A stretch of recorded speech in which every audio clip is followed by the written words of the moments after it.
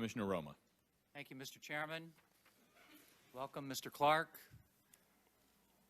I want to thank you as I start my questions for your 30 years of public service to the American people. I want to thank you for your sworn testimony before the 9/11 Commission, over 15 hours. And I really want to say, Mr. Clarke, that there are a lot of distractions out there today. There are books, a lot of news media, a lot of accusations flying back and forth.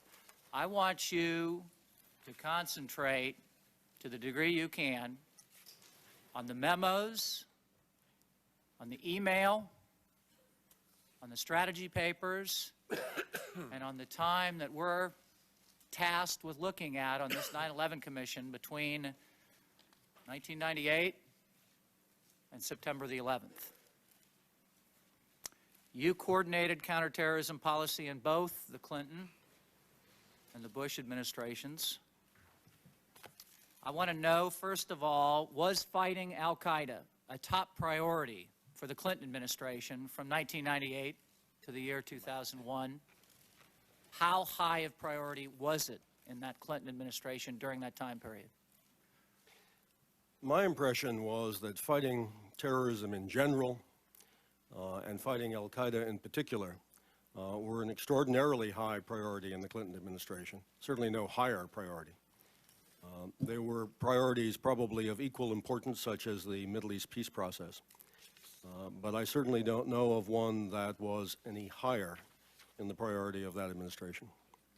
With respect to the Bush administration, from the time they took office until September 11th, 2001, you had much to deal with: Russia, China, G8, the Middle East. How high a priority was fighting al-Qaeda in the Bush administration? I believe the Bush administration in the first 8 months considered terrorism an important issue, but not an urgent issue. President Bush himself says as much in his interview with Bob Woodward in the book Bush at War. He said, "I didn't feel a sense of urgency." George Tenet and I tried very hard to create a sense of urgency by seeing to it that intelligence reports on the al-Qaeda threat were frequently given to the President and other high-level officials. And there was a process underway to address al-Qaeda. But although I continue to say it was an urgent problem, I don't think it was ever treated that way. Now, you have said in many ways you've issued some blistering attacks on the Bush administration, but you have not held those criticisms from the Clinton administration either. We heard from Mr. Berger earlier that you were critical of the Clinton administration on two areas: not providing aid to the Northern Alliance and not going after the human conveyor belts of jihadists coming out of the sanctuaries in Afghanistan. Are there more in the Clinton administration years? The USS Cole, the response there? Well, I think, first of all, Mr. Berger is right to say that almost everything I ever asked for in the way of support from him or from President Clinton, I got. We did enormously increase the counterterrorism budget of the federal government, initiated many programs, including what is now called Homeland Security. Mr. Berger is also right to note that I wanted a covert action program to aid Afghan factions to fight the Taliban, and that was not accomplished. He's also right to note that on several occasions, including after the attack on the Cole, I suggested that we bomb all of the Taliban and al-Qaeda infrastructure. Whether or not it would succeed in killing bin Laden, I thought that was the wrong way of looking at the problem. I think the answer is essentially Mr. Berger got it right. Okay.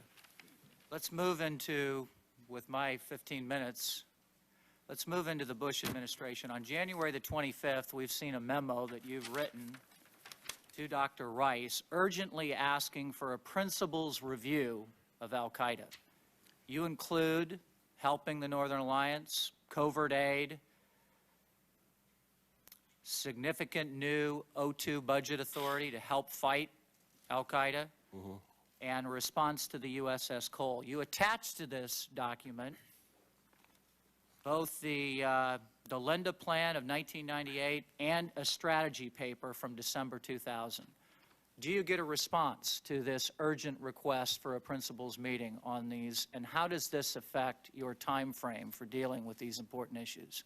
I did get a response. The response was that in the Bush administration, I should, and my committee, the Counterterrorism Security Group, should report to the Deputies Committee, which is a sub-cabinet level committee, and not to the principals.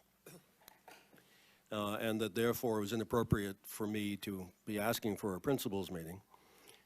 Instead, there would be a deputies meeting. So does this slow the process down to go to the deputies rather than to the principals or a small group as you previously had done? It slowed it down enormously by months. First of all, the Deputies Committee didn't meet urgently in January or February. Then when the Deputies Committee did meet, it took the issue of al-Qaeda as part of a cluster of policy issues, including nuclear proliferation in South Asia, democratization in Pakistan, how to treat the problems, the various problems, including narcotics and other problems in Afghanistan, and launched on a series of deputies meetings extending over several months to address al-Qaeda in the context of all of those interrelated issues. That process probably ended, I think, in July of 2001. So we were ready for a principals meeting in July, but the principals' calendar was full, and then they went on vacation, many of them in August, so we couldn't meet in August, and therefore the principals met in September. So as the Bush administration is carefully considering, from bottom up, a full review of fighting terrorism, what happens to these individual items, like a response to the USS Cole, well, flying the Predator? Why aren't these decided in a shorter time frame, as they're also going through a larger policy review of how this policy affects Pakistan and other countries? Important considerations, but why can't you do both?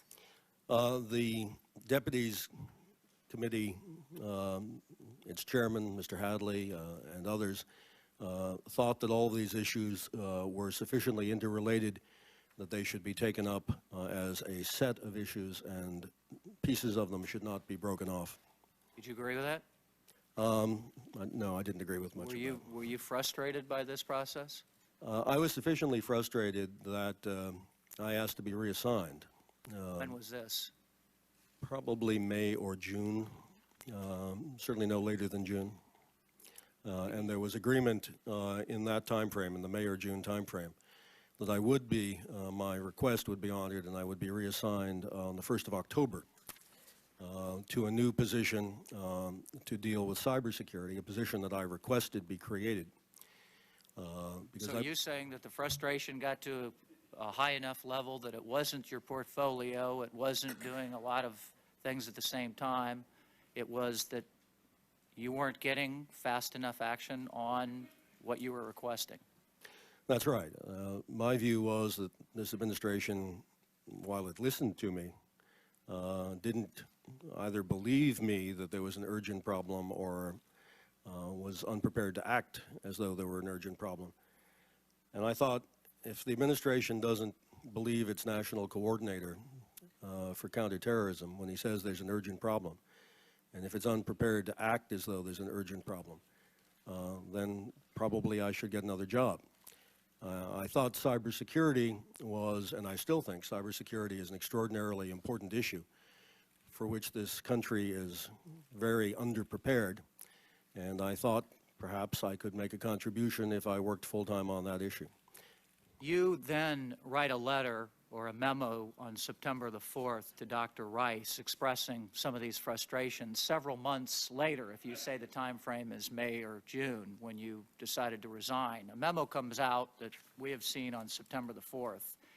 You are blunt and blasting DOD for not willingly using the force and the power. You blast the CIA for blocking Predator.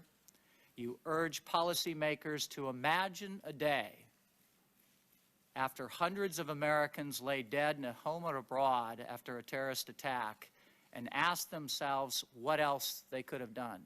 You write this on September the 4th, 7 days before September 11th. That's right. What else could have been done, Mr. Clarke? Well, all of the things that we recommended in the plan or strategy, there's a lot of debate about whether it's a plan or a strategy or a series of options, but all of the things we recommended back in January were those things on the table in September. They were done. They were done after September 11th. They were all done. I didn't really understand why they couldn't have been done in February. Well, let's say, Mr. Clarke, I think this is a fair question. Let's say that you asked to brief the President of the United States on counterterrorism. Did you ask that? I asked for a series of briefings on the issues in my portfolio, including counterterrorism and cybersecurity. Did you get that request? I did. I was given a briefing opportunity to brief on cybersecurity in June. I was told I could brief the President on terrorism after this policy development process was complete and we had the principals meeting and a draft national security policy decision that had been approved by the Deputies Committee. Let's say, Mr. Clarke, as gifted as you might be in eloquence and silver-tongued as anyone could be, and let's imagine that instead of saying no, you asked for this briefing to the President. You said you didn't get it after 8 months of talking. Let's say you get this briefing in February after your memo to Dr. Rice on September the 25th, and you meet with the President of the United States in February, and you brief him on terrorism. Tell me how you convince the President to move forward on this and get this principals meeting that doesn't take place until September the 4th moved up so that you can do something about this problem. Well, I think the best thing to have done, if there had been a meeting with the President in February, was to show him the accumulated intelligence that al-Qaeda was strong and was planning attacks against the United States, against friendly governments. It was possible to make a very persuasive case that this was a major threat and this was an urgent problem. And you think this would have sped up the deputies process and the principals process? Well, do you think the President would have reached down then and said something to the national security team to I don't know. expedite this? Well, you worked for President Clinton. You saw what meetings with presidents could do there. Is this a magical solution, or is it something that presidents might say right back to you, listen, Dick, I've got many other things I've got to do here in the Middle East peace process, Bosnia, Kosovo, the Korean Peninsula. How likely is it that we are able to see some kind of result from a meeting like that? I think it depends in part on the President. President Bush was regularly told by the Director of Central Intelligence that there was an urgent threat. On one occasion, he was told this dozens of times in the morning briefings that George Tenet gave him. On one of those occasions, he asked for a strategy and to deal with the threat. Condi Rice came back from that meeting, called me, and relayed what the President had requested. And I said, well, you know, we've had this strategy ready since before you were inaugurated. I showed it to you. You have the paperwork. We can have a meeting on the strategy anytime you want. She said she would look into it. Her looking into it and the President asking for it did not change the pace at which it was considered. And as far as I know, the President never asked again. At least I was never informed that he asked again. I do know he was thereafter continually informed about the threat by George Tenet. Let me ask you, with my yellow light on, a question about the summer of 2000 alert. You were saying, the CIA was saying, everybody was saying something spectacular is about to happen. Spiking in intelligence something terrible is about to happen. You've told us in some of our interviews you only wish you would have known at that time, in that summer, what the FBI knew with regard to Moussaoui, the Phoenix memo, and terrorists in the United States. What could you have done with some of that information, with these spiked alerts, with the spectacular attack on the horizon in the summer of 2001? Well, Congressman, it is very easy in retrospect to say that I would have done this or I would have done that. And we'll never know.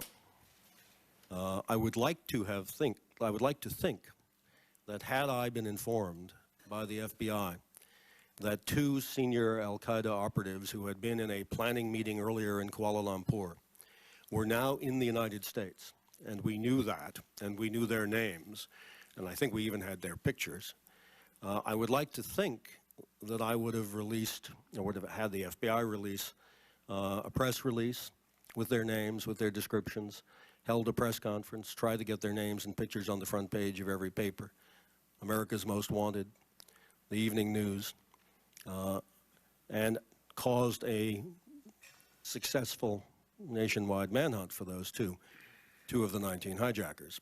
But I don't know, because you're asking me a hypothetical, and I have the benefit now of 20/20 hindsight. Thank you, Mr. Clarke. Mr. Chairman, thank you for the patience and the time.